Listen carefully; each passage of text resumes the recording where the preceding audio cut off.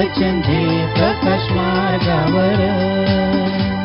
सर्वांना शुभ प्रभात. प्रभू येशू ख्रिस्ताच्या नावात विश्ववाणी परिवाराकडून आम्ही मार्गाकरिता प्रकाश कार्यक्रमात आपले सहर्ष स्वागत करीत आहोत. माझा मला प्रिय फार, ख्रिस्त माझा मला प्रिय फार, भक्ता करीतो प्रेम फार, भक्ता करीतो प्रेम फार, ख्रिस्त माझा मला प्रिय फार, ख्रिस्त माझा मला प्रिय फार.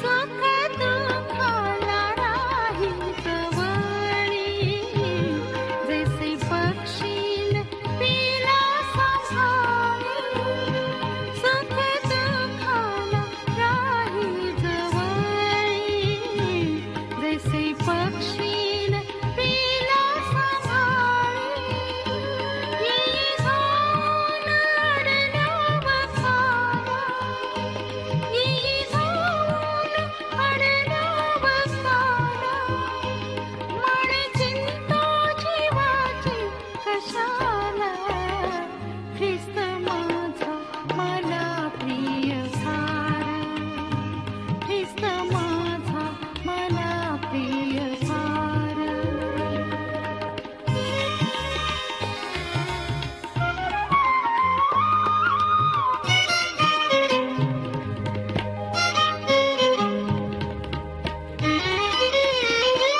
अनंत जीवनाचा तो सेवा, भक्त कराहो त्याचीच सेवा, अनंत जीवनाचा तो सेवा, भक्त कराहो त्याचीच सेवा, ताळमेळ टाळी वाजवा, ताळमेळ टाळी वाजवा, भक्ती.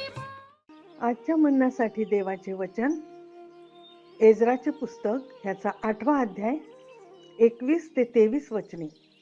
एज्रा अध्याय 8 21 ते 23 ही वचने. मग मी अहवा नदीतीरी उपवास करण्याचे जाहीर केले.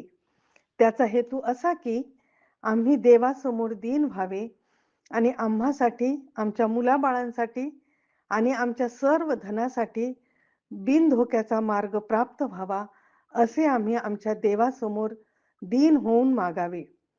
वाटेने शत्रूंपासून आमचा बचाव व्हावा यासाठी राजापाशी शिपाई व घोडेस्वार यांची टोळी मागून घेण्याची मला लाज वाटली, कारण आम्ही राजास असे बोलून चुकलो होतो की आमच्या देवास शरण आलेल्या सर्वांवर त्याचा वरदहस्त असतो, पण जे त्याचा त्याग करतात त्यावर त्याचे बल व क्रोध ही प्रगट होतात. यास्तव आम्ही उपास करून आपल्या देवाची प्रार्थना केली, ती त्याने ऐकली. प्रभू परमेश्वर ह्या वाचलेल्या वचनाद्वारे आम्हाला आशीर्वाद देव. माझ्या ख्रिस्तातील प्रियांनो, आपल्या प्रभू येशू ख्रिस्ताची प्रीती, कृपा आणि शांती तुम्हा प्रत्येकाबरोबर असो. आज आपण एज्रा 8 21 ते 23 या वचनांवर मनन करणार आहोत.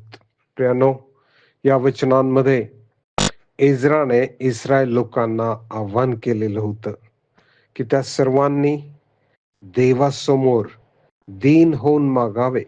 होय, हा फारच महत्वाचा मुद्दा आहे आणि अगत्याची बाब आहे.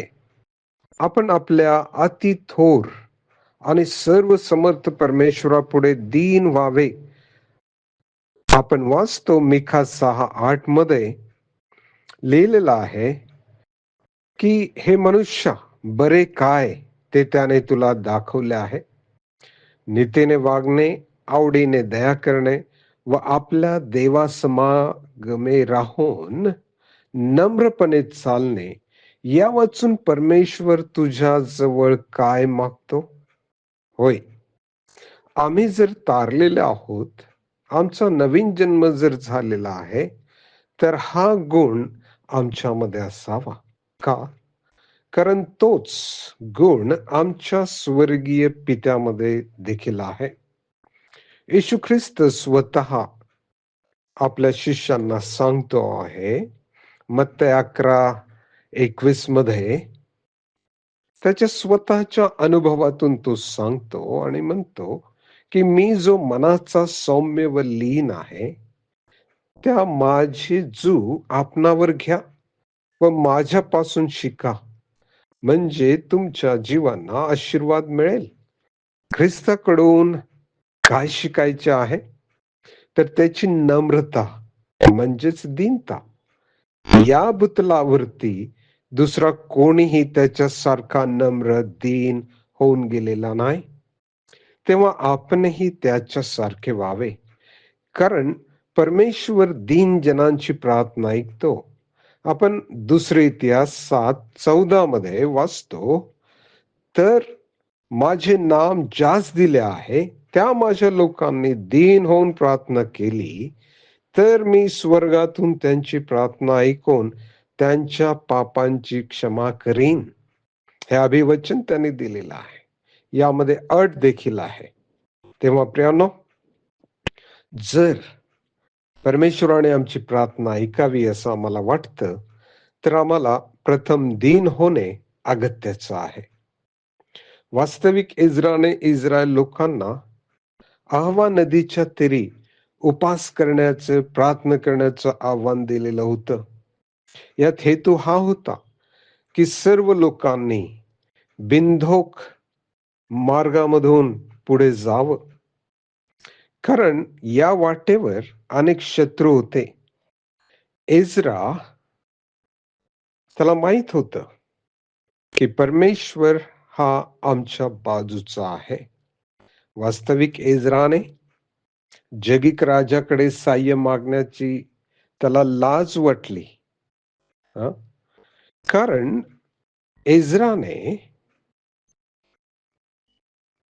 आधीच राजाला सांगितलेलं होतं की आमच्या देवाला शरण आलेले जे लोक आहेत त्या सर्वांवर त्याचा वरदस्त असतो, पण जे त्याचा त्याग करतात त्यांच्यावर त्याचे बल व क्रोध ही प्रकट होतात. यामुळे इस्राने सांगितलं की त्यांनी मिळून उपास प्रार्थना करावी आणि देवाने ती प्रार्थना त्यांची ऐकली. तेव्हा प्रियांनो, आज आपण शिकलो की आमचा जो थोर आणि सर्व समर्थ परमेश्वर आहे त्याच्या पुढे लीन नम्र होऊन प्रार्थना करावी. प्रभू तुम्हा सर्वांस सहाय्य करो. आपण प्रार्थना करूया. हे आमच्या स्वर्गीय प्रेमळ पित्या, आज तू आम्हाशी बोललास, आम्हाला शिकवलंस की आम्ही तुझ्यासारखं नम्र दीन व्हावं. यासाठी प्रिय प्रभू, आम्हा प्रत्येकाला दीन कर आणि दीनतेने आम्ही तुझी प्रार्थना करावी म्हणून सहाय्य कर. प्रार्थना प्रभू येशू ख्रिस्ताच्या नावाने मागतो म्हणून तो ऐक. आमेन. टाळे वाजवा, टाळमृदंग टाळे वाजवा, भक्तिभावाने त्याला आळवा, ख्रिस्त माझा मला प्रिय फार. येशू, हा पहा जगाचे पाप हरण करणारा देवाचा कोकरा. आता आपण आपल्या प्रार्थना विनंत्या कोणत्याही वेळेस विश्ववाणी प्रार्थना केंद्राला टोल फ्री नंबरद्वारे कळवू शकता. आमचा टोल फ्री नंबर 1-800-2700-333. आम्ही आपणासाठी या नंबरवर प्रार्थना करण्यास उपलब्ध आहोत. धन्यवाद.